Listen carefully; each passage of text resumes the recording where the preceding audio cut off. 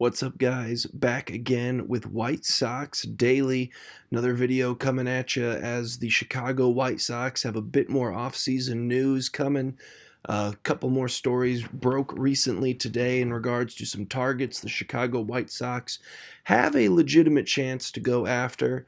Obviously, a lot of the big names out there still unsigned, but again, as we mention every day, and as many White Sox fans probably already know, there's a certain bar of realism you kind of have to keep your head at when you're rooting for the Chicago White Sox and what offseason moves they might make. Obviously, Andrew Benintendi still on the payroll as the highest paid Chicago White Sox contract ever given out. So we keep our heads somewhat on our shoulders here in the White Sox fandom.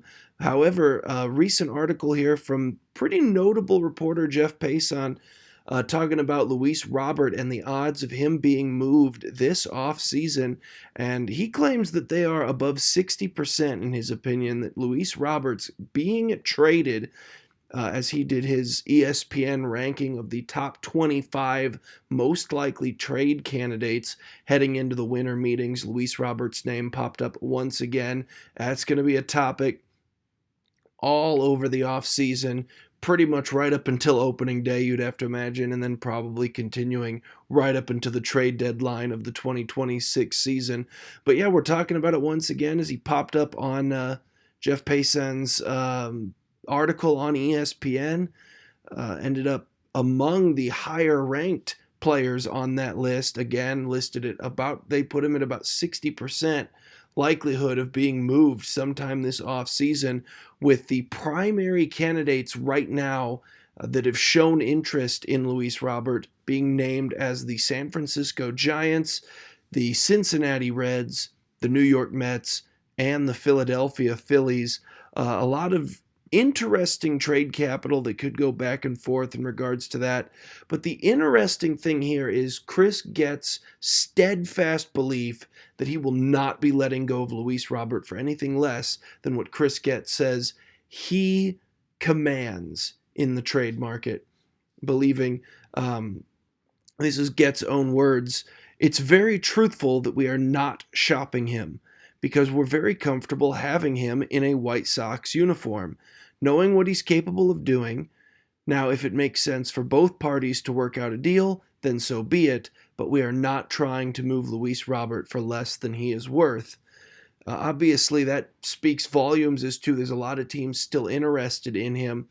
What could those offers potentially be for Luis Robert? We've seen here in the article itself a couple of proposed trades that come to mind. He even insists on a swap of Brett Beatty to the Chicago White Sox in exchange for Luis Robert would certainly help out, bringing in a left-handed infield bat and a guy that could step in and play third base pretty much immediately for the Chicago White Sox if they were to make that trade with the New York Mets, kind of exchange upside medium power hitter for upside medium power hitter with big power potential and obvious fielding upside. I don't know. That kind of just feels like a trade just to make a trade happen. Obviously, the big part is that Luis Robert, he's playing on his team option this year. You only have him under control for one more season. That could be a part of it. But again, I've been in this camp from the very beginning. I'd rather just hang on to Luis Robert myself, make him a part of the rebuild. But let us know if you'd be interested. If the deal is good enough, what would it take for you guys to be excited to see the notification that Luis Robert has been traded? What package would you need to see to not roll your eyes if you were to see that news pop up in your feed? Let us know in the comments below as we'll move right on through the news. And this next one kind of still in the same general ballpark there as the Houston Astros recently revealed that they are looking to move on from one of their big slugging first basemen, a power hitting veteran in Christian Walker. Houston looking to move on from him, and two teams specifically named, and again, it's the same article here on ESPN, as potential trade candidates that would be interested in Walker's services: the Minnesota Twins and the Chicago White Sox. This one I'd be a little bit more intrigued by. Walker, obviously a veteran. He's already into his mid-30s, so he's not got the same youthful value of a Luis Robert. But if you're going to be getting rid of Robert anyway, you might as well get back a position of legitimate need. There is a bit of a backlog now in the outfield as far as upcoming White Sox prospects, so you can maybe justify moving Luis Robert to get some of those guys up if you can get first base solidified at least for a few years while they work out a long-term option. And obviously Christian Walker's a guy, he just hit 27 home runs last year, batted in 88 RBIs for the Houston Astros.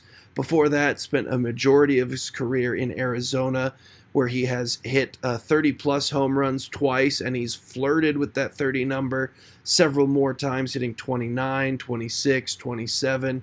He's a power hitter and a guy that hit over 100 RBIs in 2023. He's been over 80 for the last 4 years. He's a guy that brings immediate power back to the first base position for the Chicago White Sox. Could be a very natural fit there, especially with Houston feeling probably they're very set in the infield right now. They've got a bit of a backlog there. They're looking for outfielders that can come and help them. Luis Robert would certainly be able to fill that need for them. So that would be a little bit more on the fair side as far as a trade you would consider if you're the Chicago White Sox, bringing in a guy like Christian Walker for that Luis Robert deal. We also had on MLB.com, it's the 20th anniversary of the 2005 Chicago White Sox, the big World Series run, going 11-1 in the postseason, a magical season for all Chicago White Sox fans. It broke a near 100-year dry spell for the Chicago White Sox, and to do it in such dominant fashion as they were able to do on that 11-1 run, it was just magic from the very beginning. And on MLB.com earlier on today, they posted the top 10 moments in Chicago White Sox history, and lo and behold, a whole bunch of moments from that 2005 season on the list. We've also got the Field of Dreams game on there, which is interesting. Obviously, a franchise with just 3 World Series rings in total. Maybe you can expect some regular season magic on there, but fun story about that Field of Dreams game took place literally the night before my wedding. So that was my bachelor party, in a way. I stayed home with my best man and a couple of buddies. We watched the Field of Dreams game. We watched Tim Anderson hit that big walk-off home run. That was spectacular. And the next day, I was married. Great, phenomenal weekend in my own personal life. I'd certainly rank it higher for that, but that ended up on the list. However, up near the top, I mean, it's 4 consecutive 2005 playoff moments. We all could have probably expected that. At number 1 on their list, they've got the final out of Game 4 of the World Series to put that one away, the 1-0 victory over Houston and World Series champions. Let us know, though, how you would rank your top 10 moments from that 2005 postseason run. Do you think the final out was the top moment? Do you prefer something like the Konerko Grand Slam? Maybe the walk-off home run in the World Series? Maybe something from previously in that playoff run before they even got to the Houston series? Let us know in the comments section below, and we'll move right along to our final note of business. We got an interesting story here as 2 members of the historically atrocious 2024 121-loss Chicago White Sox, Nicky Lopez and John Brebbia, have just signed with maybe the only team that can keep morale as low as when they were on that 2024 White Sox squad. But they've decided to sign with the Colorado Rockies, who just came dangerously close to breaking that White Sox futility record 1 year later. Last year, Colorado losing 119 games, coming up just 2 shy of breaking the 1-year-old record set by that White Sox squad that Lopez and Brebbia had previously played for. Lopez, who was pretty much the starting second baseman for that squad in 2024 for Chicago, after we'd brought him in to kind of hopefully be the utility guy to just play when needed. And the roster was just so bad, he was needed. He was needed on a daily basis. ended up being the second highest WAR player on that White Sox team. And this is Nicky Lopez that we're talking about. All the respect in the world to the Naperville native, but yeah. And, the two of them have decided that they are gluttons for punishment. They will sign with the Colorado Rockies. And you know what? Best of luck to them. Better men than I. Well, and you know what? The Colorado Rockies still pay in United States dollars, so it could be worse. You know, it could be worse.